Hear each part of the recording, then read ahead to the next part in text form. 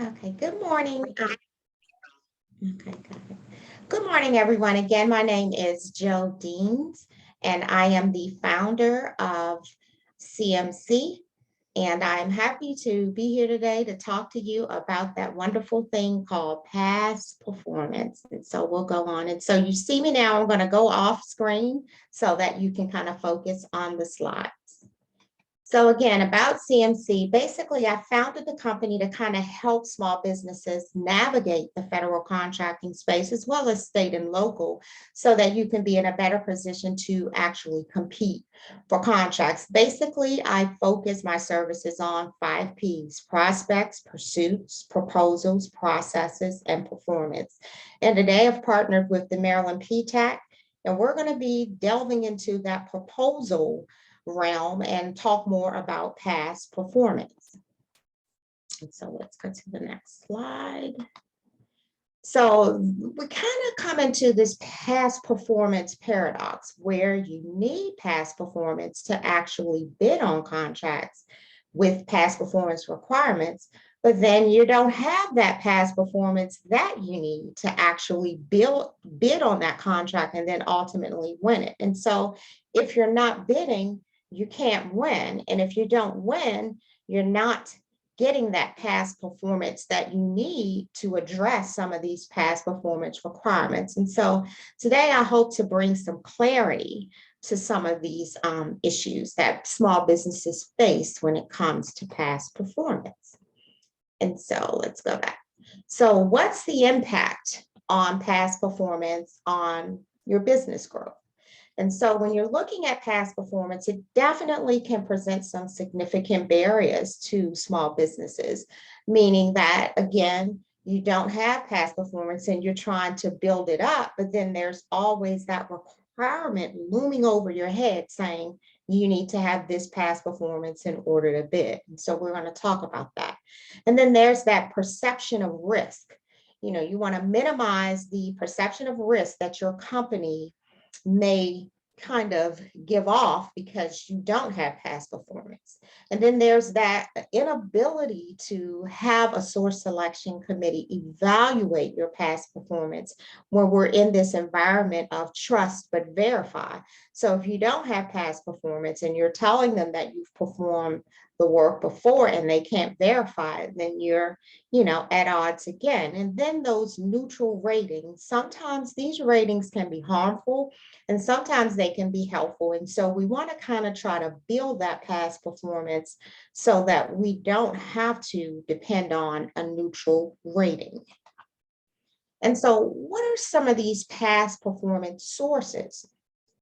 Of course, you as a prime, you can submit that type of past performance to address past performance requirements.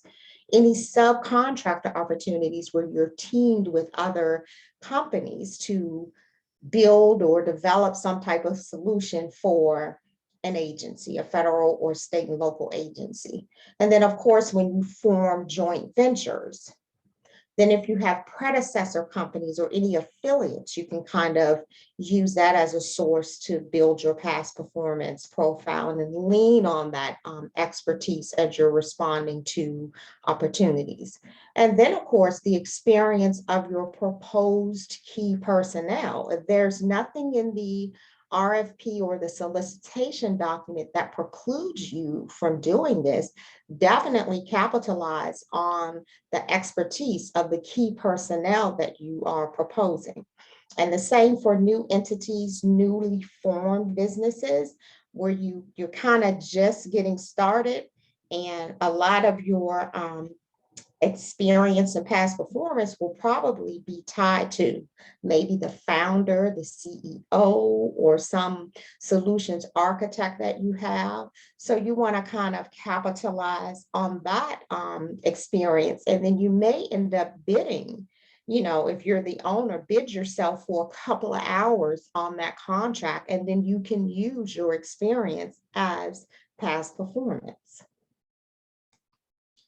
And so what is this past performance criteria that they are requiring you to kind of address as you develop your past performance profiles. Well, I would like to introduce you to the past performance siblings, and they are recency, relevancy, size, scope, and the ever so happy complexity. And so when you're looking at recency, you're kind of looking at the history or time frame. And so they want to see how recent is your past performance. Because think about it, software development in the 90s is totally different from how we do it now. So you wouldn't want to show past performance for software development from 1993 and we're in 2022 because it's going to be a world of difference. And so they want to look at recency and then relevancy. What's the applicability or the connection to the requirements? And they're comparing those past performance requirements to what the current requirements are to kind of get an indicator of the relevancy of that past performance that you're presenting.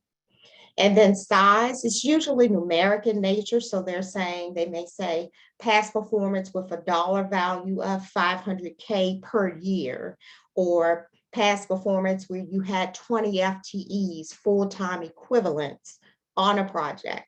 Maybe you've supported 5,000 users. Maybe you supported multiple locations. These are some of the things that they may ask for in terms of size when they're asking you to provide a past performance reference. And then looking at scope, that's basically what's the similarities of the past performance that you are presenting to the requirements in the current solicitation, RFP, RFQ, whatever you're responding to, the opportunity that you're responding to. And we're going to be looking at here in scope, the coverage, the actual scope of work, which are the tasks, who is or isn't supported, what will be completed, the objectives, what are the elements of the work in terms of tasks, deliverables, timelines, and milestones, what are the methods, the locations, and then who are the stakeholders? Are they internal or external to the organization? Have you developed a memorandum of understanding between multiple external stakeholders to kind of bring that commonality to address the scope of work? And then the ever so pleasant complexity. What's the degree of difficulty? Did you have competing priorities? Was it a financial aspect to it that was complex? What about technical, the capability, delivery? Were there any interdependent issues, risk? And then in terms of process maturity levels, are you CMMI maturity level 3? That shows a little bit of complexity as well. What about uncertainty?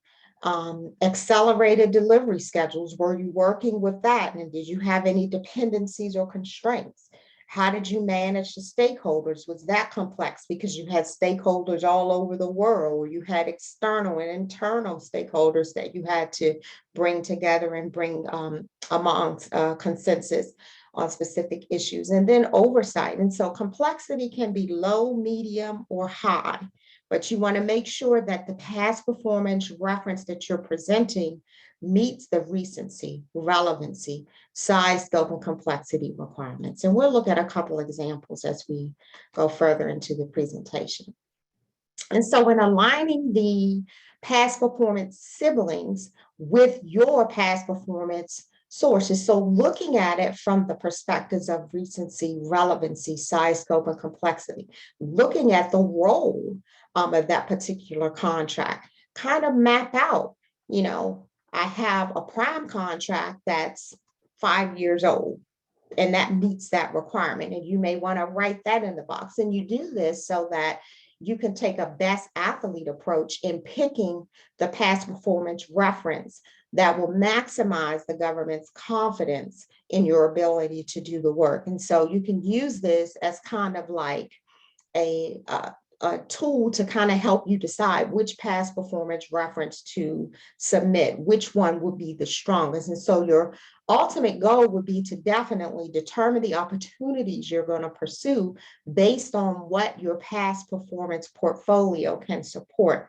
So if you think about it, if you're going after a $50 million deal and you have past performance that's 500K and $1 million, let's say, A $50 million deal has different problems and complexities than a 500K and a $1 million deal. And so the government's level of confidence is not going to be too, high in a company that can't show that they, don't have contracts that are 50 million or very close to it, or in some cases even more. And so you want to keep that in mind as well when you're aligning your past performance references with that opportunity. And so you've heard the terms past performance and past experience. These are two different things. And I want to make sure that today, if it's anything, that I kind of dispel what they actually mean. And so in terms of past performance, that relates to whether you've done similar work in the past. And when you're looking at past performance, that's how well you did the work. And so you could have done cyber work all day long, but if you had a lot of incidents, then your past performance is going to indicate that you didn't do that well. So you want to kind of always have the two together, but understand that they're totally different. So keep in mind, past performance is just basically, have I done the work in the past that's similar to this opportunity? And then past performance says, okay, yes, you've done it, but how well did you do it? And so when you're looking at past experience, you're looking at that experience and expertise from all the relevant work that you've done to kind of help the government assess that degree to which that similar work was actually performed. And then once you present that past performance reference, you want the government to see how well you did the work. So there's going to be a focus on the quality of the work that you've performed. So think of it as a reference check on your performance. Just like when you have resumes, they have to do a reference check to kind of validate that you can do what you said you can do. The past performance is actually a reference check on your performance. And so how do we identify these? What should I do in terms of, when I see a requirement with past performance references, maybe 3 are required, or maybe a minimum of 2. What do I do? So you want to make sure that you are identifying contracts to showcase your experience and expertise in relation to the requirements that are listed in that solicitation. And then make sure when you're doing that, identify your strongest contracts where you have performed exceptionally well on those similar tasks, so that if you get a past performance questionnaire completed by your customer, they'll, of course, attest to the wonderful work that you've performed. And then always consider those past performance siblings: recency, relevancy, size, scope, complexity. They're going to pop up in the past performance criteria in some shape or form. And then make sure that you're demonstrating a level of performance that kind of shows your successful execution and on-time delivery of the products and services per the PWS or statement of work. And then again, make sure you are selecting your best contracts in accordance with the evaluation criteria that minimize the perception of risk that your company may give off, and that you want to make sure that you are maximizing the government's confidence in your overall ability to perform the work. And so let's look at some examples of past performance criteria from the federal government. So in the first example, you see here, they're telling you quotas will be evaluated on performance under existing and performance on prior contracts. And so they're telling you here, note the difference between past performance and similar experience. Past performance, again, relates to quality and how well a contractor performed, while similar experience or past experience is about the type and the amount of work previously performed by a contractor. And these were pulled directly from opportunities. So they put that distinction there. So that's key. So they're going to be looking at CPARS, the Contractor Performance Assessment Reporting System, to see if there's anything in there from other federal government customers that have rated your ability to perform. And they're going to, of course, consider that to the greatest extent possible, as they say here. And they're telling you they want a maximum of 3 past performance references within the past 5 years. They can be from the quota, predecessor companies, key personnel who have relevant experience, subcontractors that will perform the work.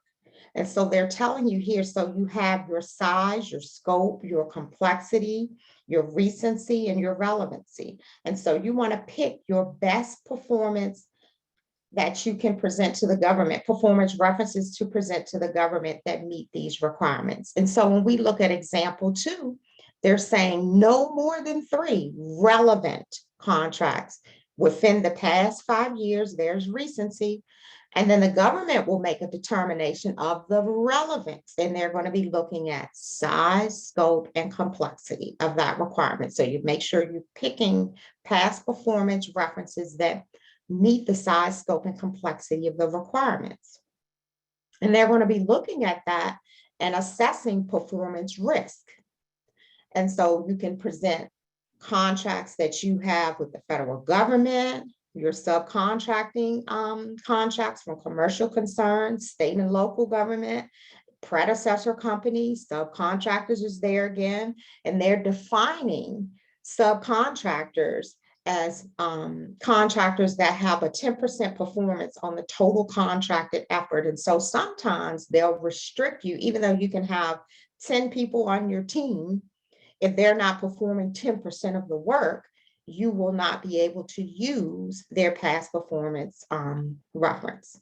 And then you have your new corporate entities that we talked about before. And there it is again, who are proposed as key personnel on this solicitation. So a strategy may be, yes, you may be an owner, but if you dedicate yourself to maybe 5 hours or 10 hours a month, maybe doing some quick oversight working with the PM, then definitely you can use your experience as past performance. And what I would like to point out here, you see a maximum of 3 performance references, and then no more than 3 relevant contracts. And so do you have to do 3 in this instance? No, 3 is the cap. So if you have 2 strong past performance references, by all means, submit them. Don't submit a help desk qual and it's a cyber opportunity, because you may have 3, but is that really relevant? So you want to keep that in mind. And so let's look at some examples from Maryland. The state of Maryland kind of looks at minimum qualifications. And so here they're giving you what the bidder must have in terms of minimum qualifications. And so you have to have 3 consecutive years of the entity being formed and in business. So 3 years. So if we're in 2022, you had to have been incorporated by 2019. So a minimum of 3 complete and consecutive years within the last 10 years. So from 2012 until now, you need to have 3 complete consecutive years of successful security guard services. So you have 2015, 16, and 17, that meets this requirement. As long as you meet the scope, type, size, magnitude, and complexity. There are the siblings again, as required in the invitation for bid. And then they're also requiring you to have a security guard license as well here. And it is saying here you must provide 3 references. So, there's no more than or at least. So you have to have 3 strong references for this example 1. And then when you look at example 2, very, pretty much similar to what example 1 is. But when you read further, you'll see the bidder must provide a list of all contracts with any entity of the state of Maryland for which the bidder is currently performing services, or which the services have been completed within the last 5 consecutive years. And so there are 2 parts to this past performance requirement. And so we want to be careful when we're reading. So the first part, they're saying they want a minimum of 3 references. So you have to provide a minimum of 3. And then in addition to that, you have to provide a list. And so when we look at an example of a multi-step past performance effort. Here we see that past performance is going to be evaluated on based on contracts or subcontracts that are currently ongoing or completed within the last 5 years for similar efforts, relevancy. And so here they're also looking at the company being able to demonstrate quality of performance relative to the size and complexity, there they are again, of the procurement under consideration and relevance of the performance to the requirements.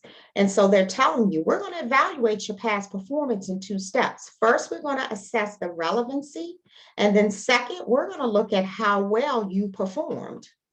And so if you don't have past performance, they're saying you will not be evaluated favorably or unfavorably, and a neutral rating will apply. And so if you're looking at the table, the second table, and you see neutral, neutral is way down the bottom. So if you're rated as neutral and someone is rated as substantial confidence, the government is going to pick the company that they have more confidence in. And so this is where a neutral rating can actually be harmful to you. And so first they're going to look at, is the past performance that you've presented relevant? And they tell you what's the definition of relevant.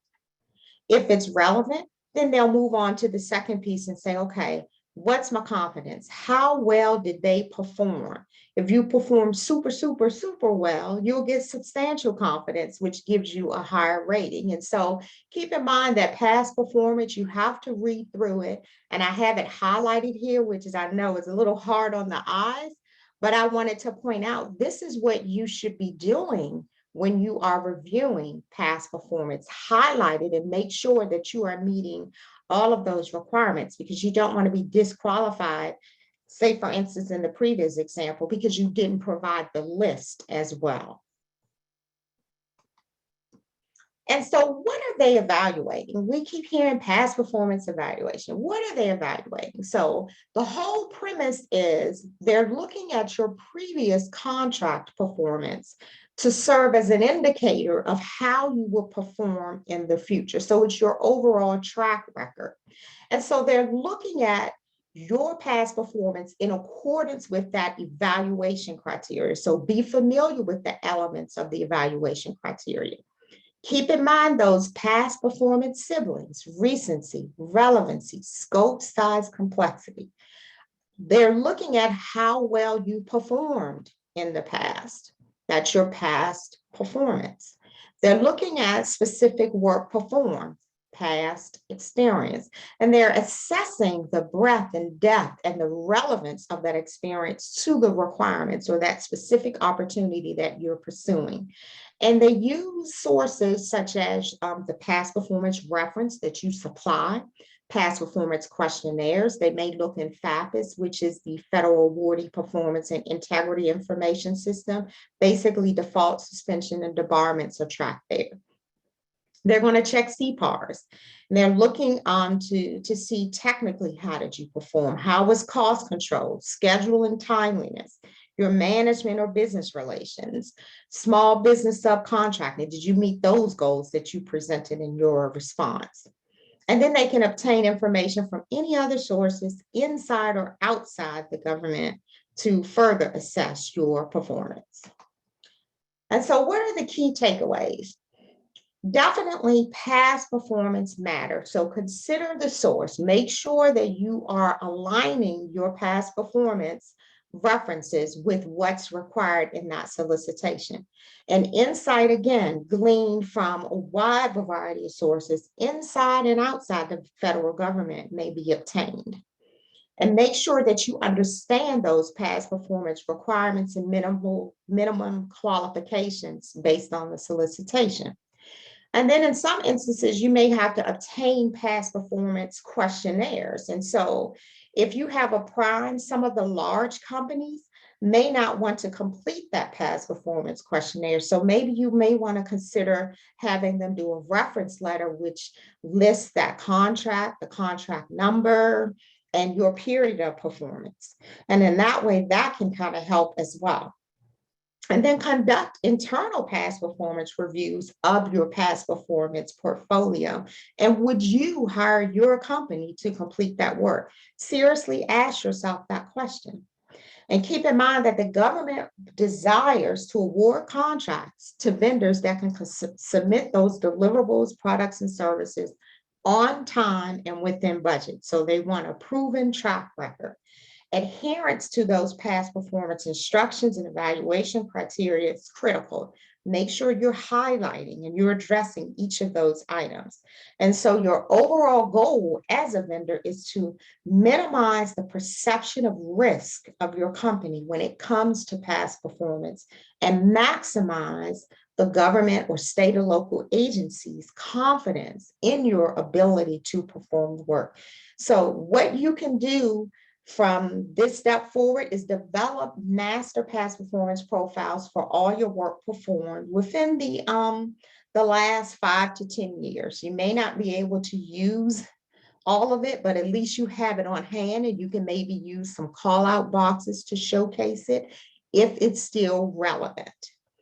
Develop those key personnel past performance profiles of your senior management team, because you may have to use those on an upcoming opportunity. And ensure that you are tailoring each past performance profile to the requirements. Think about that help desk and cyber example. You don't want to submit cyber quals for a help desk opportunity and vice versa. So make sure you're tailoring to showcase that past performance reference to the particular requirements. And then use that terminology in the past performance evaluation criteria as much as you can when you're tailoring your past performance references. And so I hope that I've been helpful. More information can be found on CMC Get Out if should you need it. And I appreciate you all coming to hear me talk about past performance. And I hope that you all have taken something away from this today that will make you that much more stronger in that realm. So Yasmin, I'll turn it over to you. Thank you, Jo. That was great, very concise, so appreciate it. So now is your opportunity to ask Jo your questions, and you can do them by typing them in the chat box, or you can unmute yourself if you'd like to. Anything to do with proving your past performance? Any questions? Because I know normally we do get a lot of questions about this. Hi, great day. Can you hear me? Yes, go ahead. I just wanted to say thank you. I wanted to say it was very, very informative. And, you know, in terms of it still feels very daunting and overwhelming to try to merge into a contract from, you know, all the information presented. But what you did was truly prepare anyone who is just ramping up their company to really be proactive in all of their business dealings and getting, as you indicated, getting documentation of all the work done, making sure you have solid references and perhaps 2 references in the event that someone transitions, as we've seen this amazing amount of people passing who might be relevant persons in an organization. So I just wanted to say thank you so much. Very informative. You really strengthened my awareness and confidence to be proactive going forward for the future. So I just want to say thank you. Thank you very much for that, Abigail. I really appreciate it. And I'm so happy that something that I've said has put the fire under you to get to be proactive so that, you know, the federal government, this is proposal season. We're starting that. Anything that'll help you prepare to get your quotes out as fast as possible. I'm just so happy and thrilled to hear that I've been helpful. So thank you so much for that. Thank you. God bless. Thanks, Abigail. Anybody else like to chime in? Have any questions? Are you all happy about showing your past performance? Okay, it doesn't look like we have any other questions, so we'll wrap this up. Thank you, Jo, so much. And Jo and I were speaking earlier. We're going to schedule Jo for another class later in the year that will show you how to prepare for a matchmaking session and how to prepare for what to say when you are speaking to an agency. So look out for that. Oh, somebody's raised their hand. Okay, go ahead and unmute yourself if you'd like to ask a question. Hi, thank you. Speaking of past performance, I was wondering how appropriate it will be to reach out to, let's say, in agencies, the actual federal agencies whose performance had failed on a project, and to let them know based on your own, personal and professional experience, you can help them do better next time for similar projects. Well, what you do is you don't, number one, the first thing you don't want to do is call out the company's name that is not doing so well. What you want to do is capitalize on their faults. And so say, for instance, if they have a high turnover rate, when you're reaching out to that agency, you can say, I'm going to say ABC Corp prides itself on providing personnel, at the right time, with the right quals. And then we have a retention rate of 95%, because the 90s is pretty much standard in industry. And then you could talk about some of your programs that you have regarding retention. We have a buddy program where we tie an individual to a senior level person so that they're continuously growing. That helps us to retain our employees because we make them feel like that there's room for growth. And then you can say we have supported maybe 10 contracts, and in all 10 contracts we transitioned in, we obtained 100% of the team on all of the contracts, and we have an average of 98% turnover on that contract. And so you want to make sure that you are giving the benefits that you bring in reference to that shortcoming that current company has. So I hope that makes sense. Okay. All right. That makes perfect sense. Thank you very much. Thank you.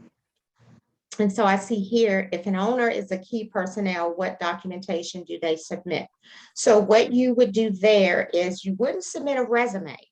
You would develop that past performance reference template. They'll tell you, give me the name of the company, the period of performance, and then the amount and all that good stuff. So what you would do is you would develop a past performance reference template, note on there that this is the key personnel past performance or professional experience.